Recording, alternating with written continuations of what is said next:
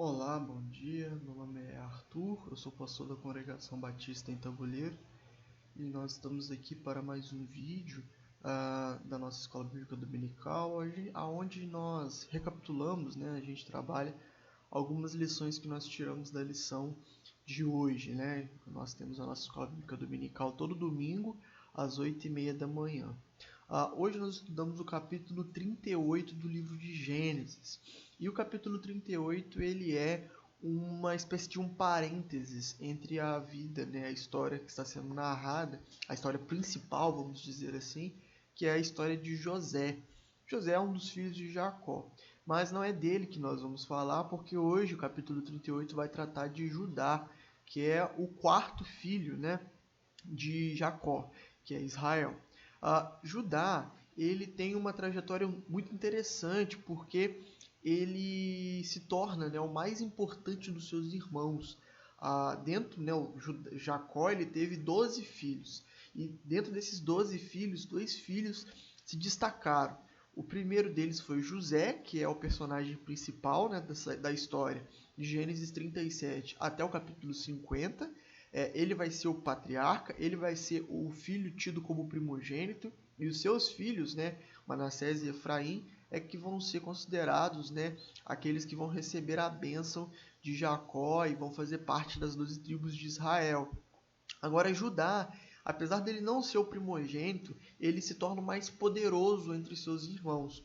E isso tem um motivo um tanto justificado dentro da Bíblia, que é Rúben, que era o seu irmão mais velho, ele meio que perdeu o seu direito de primogenitura por causa daquilo que ele fez com seu pai, né?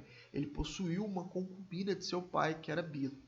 Já Simeão e Levi, que eram os dois irmãos, o segundo e o terceiro, né? Rúben, Simeão, Levi e Judá. Então, Simeão e Levi, eles acabaram fazendo aquela vingança, aquela matança lá em Siquém, o que também, né, trouxe problemas para eles, né? Eles vão ser considerados filhos sanguinários. E aí vem Judá, e Judá se torna o mais importante dos seus irmãos. Não é uma coisa por mérito dele. Como a gente vai ver hoje, né, a história de Judá é uma história também carregada de erros e pecados terríveis. E que, apesar disso tudo, ele tem uma diferença entre todos os seus irmãos. Judá, ele é o único que aparentemente mostra que se arrependeu do mal que ele cometeu. Né? Então, talvez isso seja uma explicação do porquê que Judá se torna o mais importante dos seus irmãos, tendo a bênção de Deus. Mas, basicamente, a história é o seguinte. Judá ele sai da casa do seu pai, né? E ele vai morar em Canaã, na terra de Adulão, e ele se casa com a filha de um dos homens daquele lugar, e ele se casa com a filha de Sua. Essa mulher, né, a esposa cananeia, né, de Judá, ela tem 3 filhos, Ornã e Selá.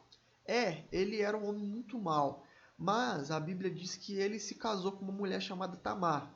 E ele não teve filhos com Tamar porque ele morreu primeiro. Deus viu que ele era tão perverso que atacou ele com a morte e ele veio a falecer. Então, existia uma regra, né, ali naquele mundo cananeu, e é uma regra que algumas sociedades hoje em dia ainda realizam, é uma forma de previdência social, a gente poderia dizer assim, que é a regra do levirato. Basicamente é o seguinte: como as mulheres em sociedades muito patriarcais, elas não têm o direito de cuidar das riquezas, dos recursos, de ter uma forma de sustento, pois elas não podem trabalhar e por isso elas dependem de um homem, seja o seu filho, seja o seu esposo, seja o seu pai, para poderem ter o seu sustento. Então existe a regra do levirato, que é uma mulher, para não ficar desamparada, quando ela perde o seu marido e ela não tem filhos, ela deve ser amparada, né, por um dos parentes do seu esposo.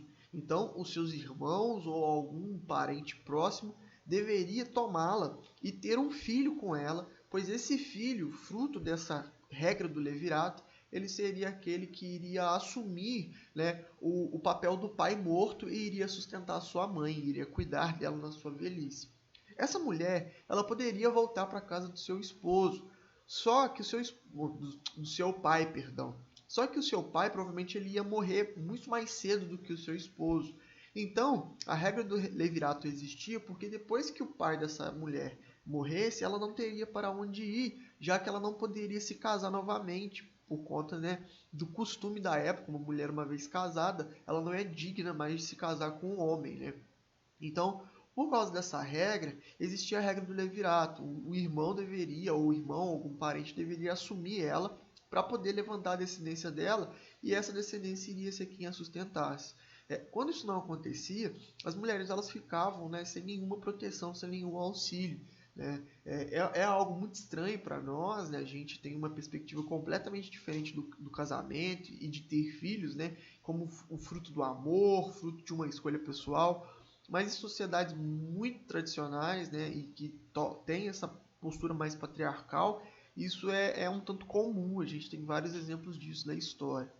Então, basicamente, quando Er morre, o seu irmão Ornan, que era o seu irmão mais velho, né, deveria assumir o papel, né, de Er e levantar uma descendência. Só que esse filho que Ornan teria com Tamar não seria o seu filho, seria o filho de Er. Então ele seria como que realmente o filho de Er, apesar de ser, biologicamente falando, né, um filho de Ornan. Então aqui as regras sociais, né, o papel social é muito mais importante que o papel biológico. E Ornan, com isso, ele não quer ter esse filho, porque por conta disso, né, de não ser um filho seu, então ele se recusa. E apesar, né, dele ter as relações com Tamar, ele toma ela e tem relações sexuais com ela, mas na hora, né, da ejaculação ele joga o sêmen no chão para não engravidar Tamar. E isso é visto com maus olhos perante Deus.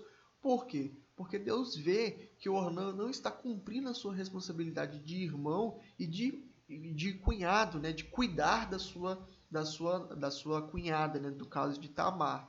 É algo estranho para nós mesmo, mas na época, né, funcionava desse jeito. E Deus ele fica furioso com Ornan e também o mata por conta dessa injustiça com Tamar. E aí, Er morreu, Ornan morreu e o último filho era Selá. Selá então deveria também tomar Tamar e ter um filho com ela para poder dar uma descendência para Tamar. Ou teria uma outra possibilidade também.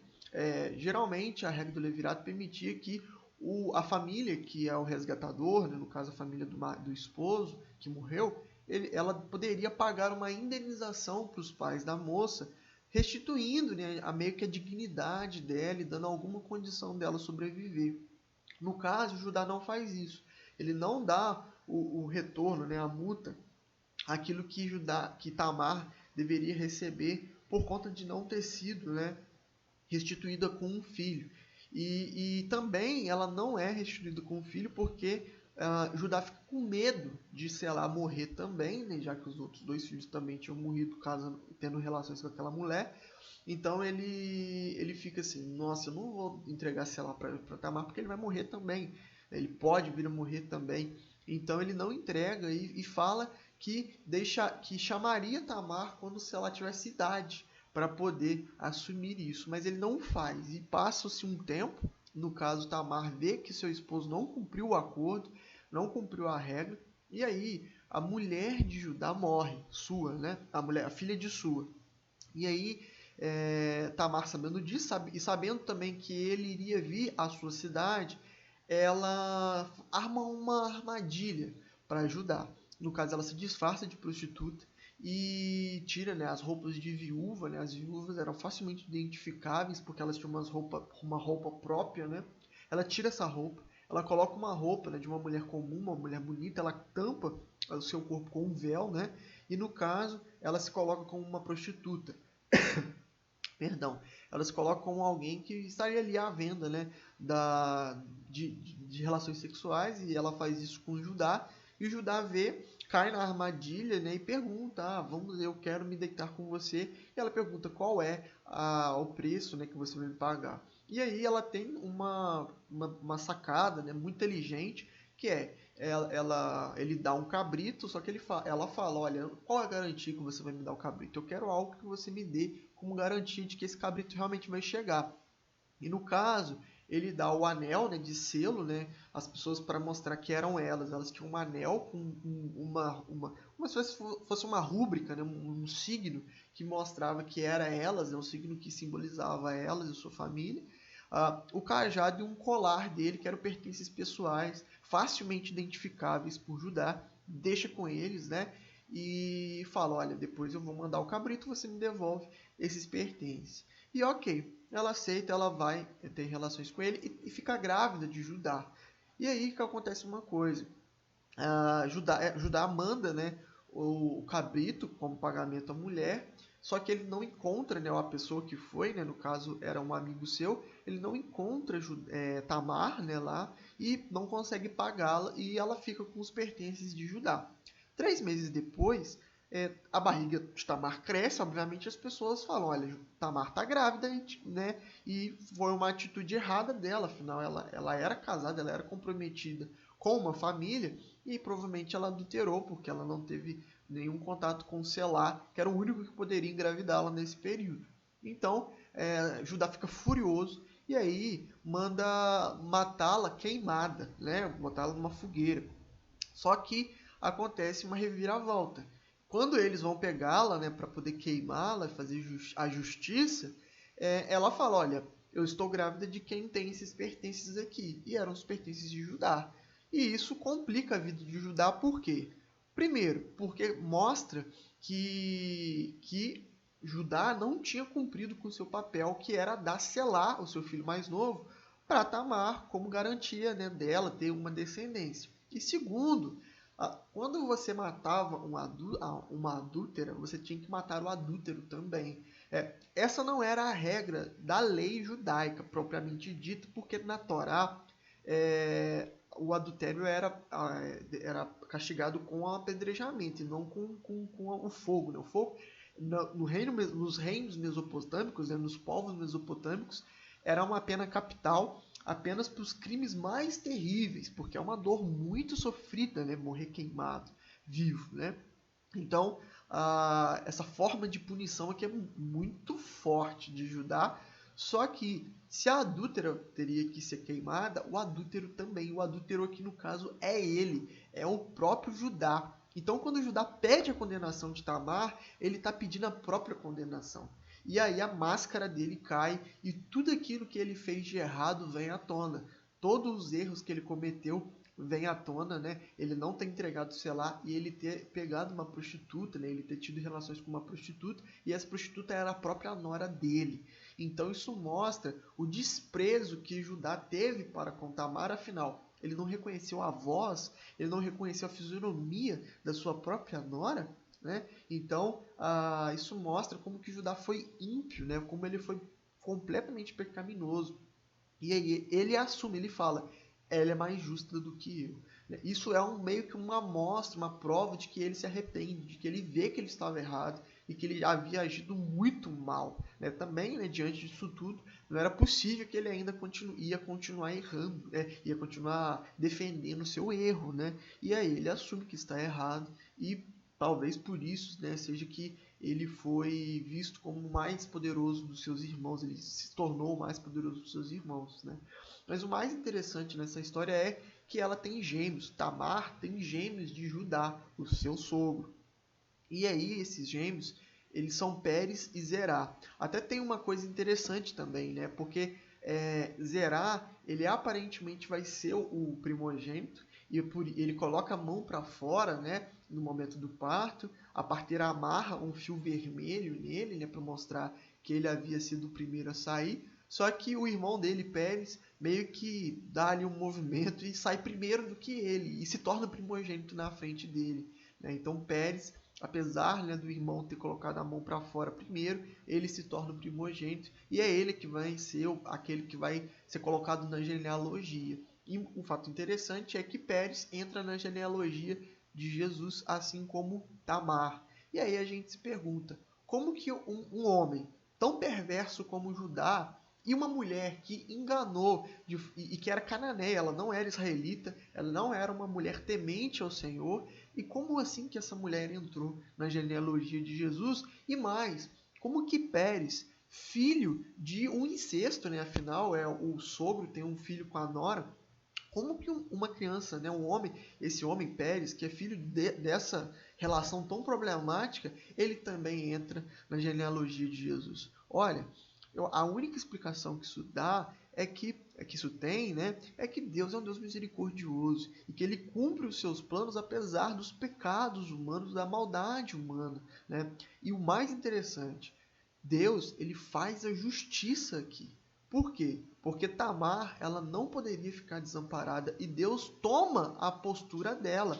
Deus assume, né, a guarda de Tamar e fala: eu vou fazer justiça por essa mulher, mesmo ela sendo cananeia, mesmo ela pecando, né? E isso não é um fato que ocorre apenas uma vez na Bíblia. Raabe também aconteceu isso com ela, né? Lembra que Raabe, ela foi tomada como justa, ela foi preservada lá em Jericó e ela fez isso como? Mentindo, né? Mas por que ela foi preservada apesar de ter mentido? Porque ela creu no Senhor, ela temeu o Senhor, ou seja, é a mesma coisa com a gente hoje. A gente não pode achar que era diferente. A gente peca. Mas o que nos garante que nós vamos ser cuidados por Deus, abençoados por Deus e salvos por Deus? É a nossa justiça? É o fato da gente não pecar? De forma nenhuma. Todos nós somos pecadores e fazemos coisas tão terríveis quanto Judá, quanto Raabe, quanto Tamar, né? É a graça de Deus. É o fato de crer no Senhor e ser justificado, como Paulo vai dizer lá, né, em Romanos sobre Abraão. Ele creu no Senhor e isso foi imputado como justiça. Então não é o que a gente faz, é em quem a gente acredita. Então nós cremos no Senhor, cremos que o Senhor pode nos justificar e isso apaga o nosso pecado. É isso, né? Esse reconhecimento do nosso pecado e de que nós somos pecadores e precisamos de alguém mais poderoso do que nós. No caso, Judá reconheceu o seu pecado, Tamar, ela contou, né, com a justiça de Deus e não com a sua própria. E, no caso, Raabe também, né, mais à frente, lá no livro de Josué, também vai crer no Senhor e crer na sua justiça e no seu poder. E isso vai suplantar o seu pecado, né? Como Paulo diz, aonde abundou o pecado, superabundou a graça. Então, essa história nos mostra como que Deus, ele é um Deus misericordioso, gracioso e que abençoou essa família, apesar de ser uma família não nada normal, uma família que nem era uma família. Afinal, Pérez e Zerá eram filhos, né, de um relacionamento pecaminoso, de um relacionamento adúltero entre o sogro e a nora, mas mesmo assim, essa criança, Pérez, ela vai ser aquele que vai dar descendência de Judá, e olha que interessante, a descendência de Judá viria por Selá, que era o filho mais novo que havia sobrevivido.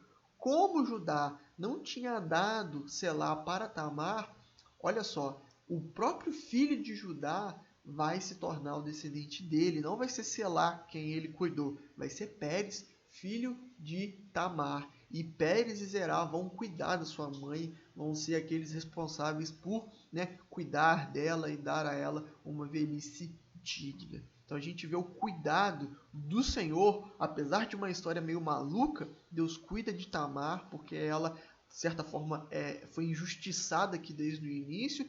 Deus usa Tamar para transformar Judá e Judá vê o erro que estava cometendo. A gente vê, né, desde o início ele estava errado, saiu de casa, casou com uma cananeia, né?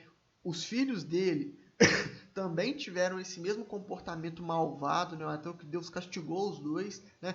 E aí, agora Deus usa uma mulher cananeia, uma mulher injustiçada, para poder transformar Judá, e a gente vai ver no capítulo 44 como que Judá ele é totalmente transformado, e isso permite a ele se tornar a tribo mais importante de Israel. É a tribo da qual vai vir o rei Davi, da qual vai vir, né, a Jesus Cristo depois, muito tempo depois. Então é isso, espero que esse caso de família muito estranho, muito complicado, né, mostre como que Deus, ele é um Deus misericordioso, gracioso, e que ele é um Deus que luta pela justiça, né?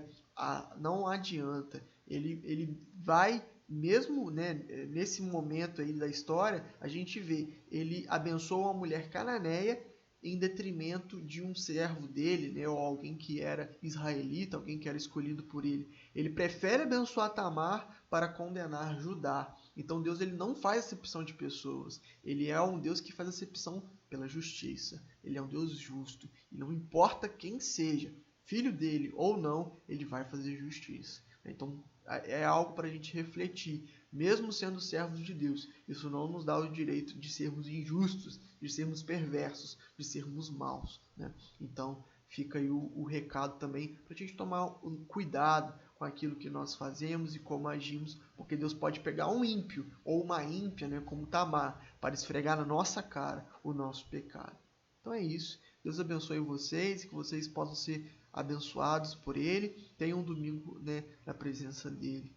E a semana que vem a gente volta com o capítulo 39 e a retorno, né, da história de José. Deus abençoe. Um abraço.